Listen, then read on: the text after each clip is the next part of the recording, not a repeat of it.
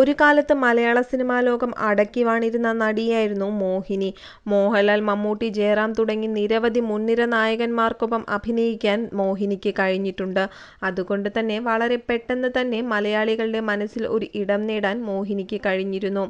കോയമ്പത്തൂരിലെ തമിഴ് ബ്രാഹ്മൺ കുടുംബത്തിൽ ജനിച്ച മോഹിനി മഹാലക്ഷ്മി എന്ന തൻ്റെ പേര് മാറ്റി മോഹിനി എന്നത് സ്വീകരിച്ചത് സിനിമയിലെത്തിയതോടെയായിരുന്നു. 1991 പുറത്തിറങ്ങിയ ഈരമന റോജാവേ എന്ന തമിഴ് ചിത്രത്തിലൂടെയായിരുന്നു മോഹിനിയുടെ അരങ്ങേറ്റം. അതിനുശേഷം നിരവധി മലയാള സിനിമകളിലും അഭിനയിച്ചിട്ടുണ്ട്. എന്നാൽ പെട്ടെന്നായിരുന്നു താരം സിനിമയിൽ നിന്ന് വിട്ടുനിന്നത്.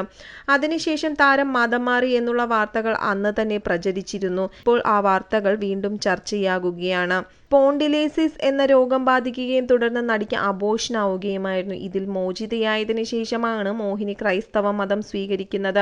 വിവാഹശേഷം അമേരിക്കയിൽ സ്ഥിരതാമസമാക്കിയ മോഹിനിയുടെ ഇപ്പോഴത്തെ പേര് ക്രിസ്റ്റീന മോഹിനി ശ്രീനിവാസൻ എന്നാണ്. കാരണമറിയാത്ത നിരാശയും വിഷാദവും തന്റെ മനസമാധാനം കെടുത്തിയിരുന്നുവെന്നും എത്രയൊക്കെ പൂജകളൊക്കെ നടത്തിയിട്ടും മനസമാധാനം തിരിച്ചു കിട്ടിയില്ലെന്നും മോഹിനി പറയുന്നു. തന്റെ വിവാഹ ജീവിതം തന്നെ 3 തവണ വേണ്ടാന്ന് വെക്കാൻ തീരുമാനിച്ചതായും മോഹിനി പറയുന്നുണ്ട്. ഒടുവിൽ വീട്ടിലെ ജോലിക്കാരിയിൽ നിന്നും ഒരു ബൈബിൾ കിട്ടുകയും ബൈബിൾ വായിക്കാൻ തുടങ്ങുകയും ചെയ്തിരുന്നു. അതിനുശേഷമാണ് തന്റെ രോഗാവസ്ഥ മാറിയതെന്നും മോഹിനി പറയുന്നുണ്ട്.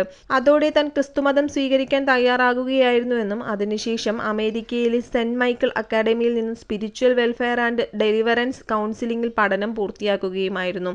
കൂടാതെ ഇപ്പോൾ ഡിവോഷണൽ ചാനലുകളിലും സുവിശേഷ പ്രാസംഗികയായി മോഹിനി എത്താറുണ്ട്. നിലവിൽ വാഷിംഗ്ടണിലെ സിയാറ്റലിൽ ഭർത്താവിനും മക്കൾക്കുമൊപ്പം താമസിക്കുകയാണ് മോഹിനി എന്ന ക്രിസ്റ്റീന.